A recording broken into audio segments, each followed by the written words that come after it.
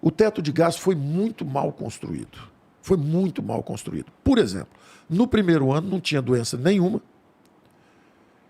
e nós pedimos uma exceção ao teto.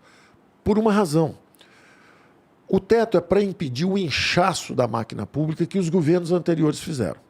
Então, os governos anteriores foram inchando a máquina pública, contrataram 160 mil pessoas, deram aumento de 50% acima da inflação para o funcionalismo, ganhando 3 vezes mais do que alguém que trabalha aqui abaixo pagando imposto para financiar a máquina pública. Ou seja, em vez de a máquina pública servir o cidadão brasileiro, era o contrário. Os brasileiros é que serviam a máquina pública, com salários muito mais altos, com concurso público toda hora. Então, a máquina pública estava sofrendo um inchaço. Então, o governo anterior colocou um teto, mas fez um teto que não colocou nem parede e nem consertou o chão. Imagina você. O governo anterior que fez isso? Foi o governo Temer que botou o teto. Tá. Então, o governo botou um teto. Imagina uma casa com um teto sem parede. Ou seja, o teto vai cair na sua cabeça. Parece o Vinícius de Moraes. Uma casa muito engraçada, não tinha teto, não tinha nada. O piso sobe, não tem parede, não dava nem para você ficar numa rede. Então, fizeram um teto com defeitos, o piso subindo o tempo inteiro, nos comprimindo contra o teto, com despesas obrigatórias. Ou seja, a classe política, pela primeira vez durante a guerra do Covid, teve que fazer o que se faz no mundo inteiro, assumir o orçamento. Falar assim, olha, tem dinheiro para mais frágeis e não vai ter aumento de salário durante 1 ou 2 anos, enquanto durar a guerra. Então, esse comando do orçamento, que é a essência da política, exercer a política é decidir para onde vão os recursos públicos. No Brasil, 96% do dinheiro está carimbado, vinculado, e tem a maior ferocidade numa disputa de 4%. Todo mundo xingando todo mundo ladrão por causa de 4% do PIB, 4% do orçamento. Então, não é razoável. Bom, mas de qualquer forma, voltando à sua observação inicial. Tinha um teto lá. O teto é para não deixar o governo federal inchar. Ele se aplicava ao governo federal, para não inchar. No primeiro ano, nós queríamos retomar a extração de petróleo, que estava paralisada há 8 anos. Aliás, o que nós fizemos foi justamente desentupir tudo que estava entupido, né?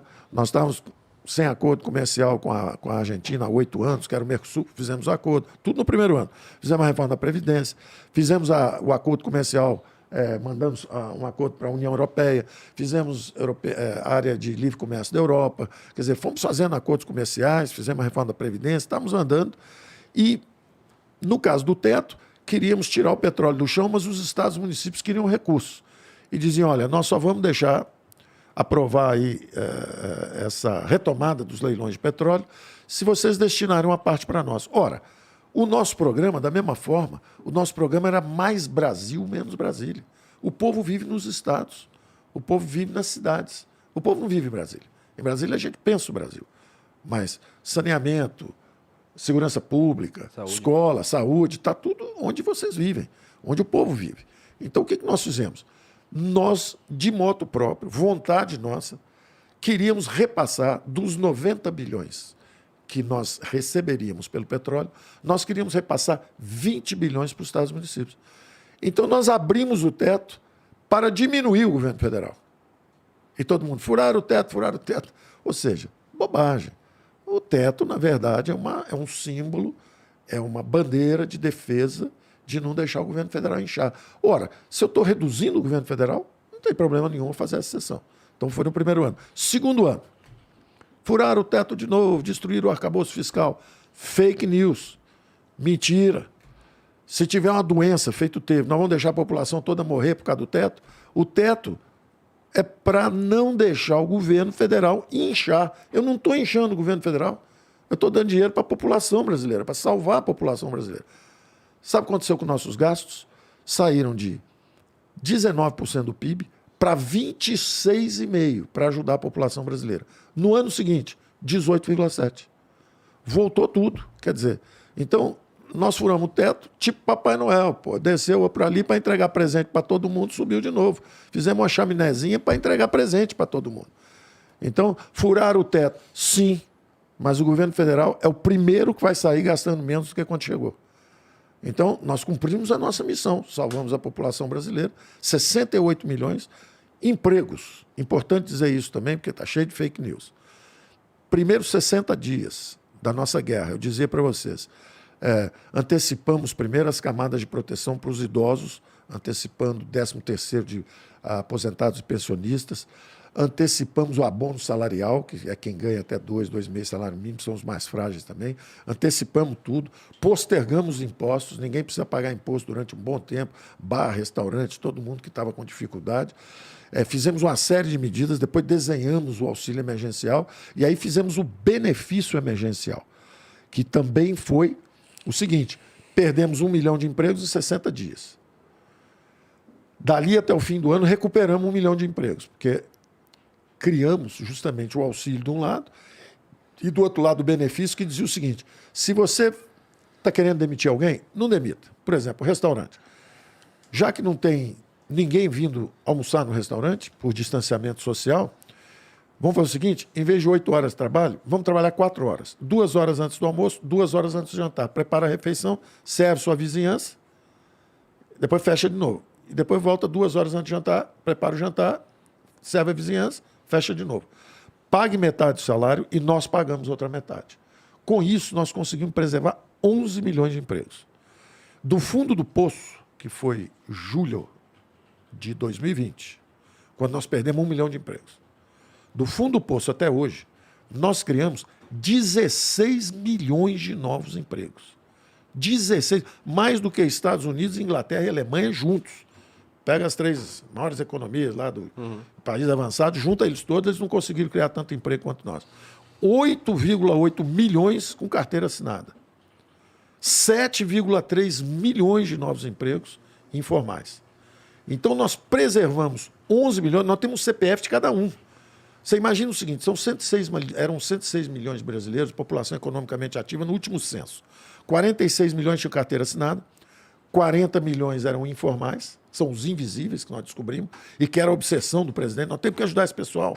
Como é que fica o pai de família que sai, vende uma garrafa d'água num jogo de futebol e leva comida à noite para o pessoal? Como é que a turma vai comer se ele não tem jogo de futebol, tem ninguém no sinal para ele vender uma garrafa d'água? Nós temos que proteger essa turma. Desenhamos o auxílio emergencial.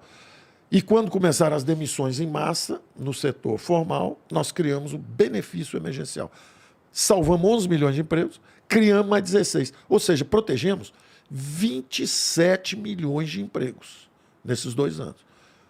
Todo mundo dizia que o Brasil ia afundar 10%. Bom, as previsões do FMI, a FMI veio ao Brasil, tanto nós mandamos a missão do FMI embora. Quando acabou a confusão toda, eu falei, ó, você atrapalhou mais do que ajudou, pode ir embora, todo mundo passear. Gosta de goiabada, gosta de ver jogo de futebol, é bom vir para o Brasil, tem praia, tem tudo, mas vocês não estão ajudando a gente. Vai embora, não precisamos de vocês. Fechamos a missão deles aqui. Não tem uso. Atrapalhou na pior hora. Quando nós precisávamos de ajuda, foi a hora em que fizeram previsões catastróficas. Chegaram aqui, o PIB vai cair 9,7%. Bom, resultado, quem caiu 9,7% foi a Inglaterra, quem caiu 8,7% foi a Itália, quem caiu 7,8% foi a França, quem caiu 5,6% foi a Alemanha, quem caiu 4,5% foi o Japão, e o Brasil caiu 3,9% só. Aí eu falei, e agora vai voltar em V, vai voltar com força.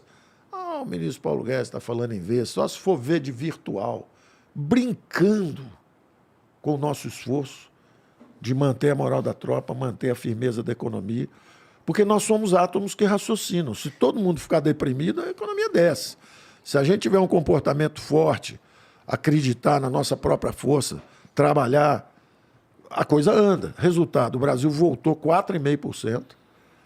Esse ano, todo mundo dizia que ia ter recessão, vai cair 1,5%, vai cair 1%. Eu ia às reuniões lá fora, no G20, em Washington, em Davos, na Suíça, em Paris, na OCDE, e eu dizia, vocês vão errar, vocês estão subestimando o Brasil, vocês vão errar.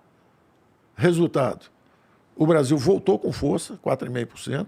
Esse ano, que previam que o mundo ia crescer entre 4% e 5%, e o Brasil ia ter uma recessão de 1,5%, eu, no final do ano passado, falei, olha, vocês vão passar o ano revendo o crescimento do Brasil para cima, vão passar o ano revendo a inflação do Brasil para baixo, vão passar o ano revendo o crescimento de vocês para baixo e a inflação de vocês para cima. Exatamente o que está acontecendo.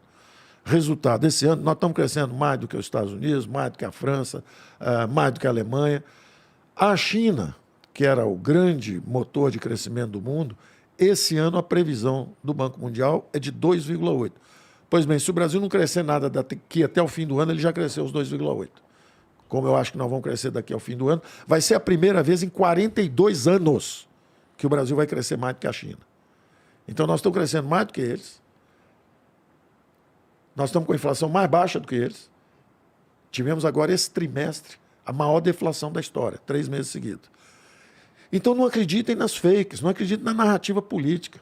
Uma porção de gente que passou por aqui que não fez. O Brasil ficou em último lugar em educação no mundo, depois de 30 anos de discurso, último lugar na educação no mundo. O país não cresce, desemprego aberto em massa. Achamos 38 milhões de invisíveis, coitadinho, vendendo coisa aí pela rua.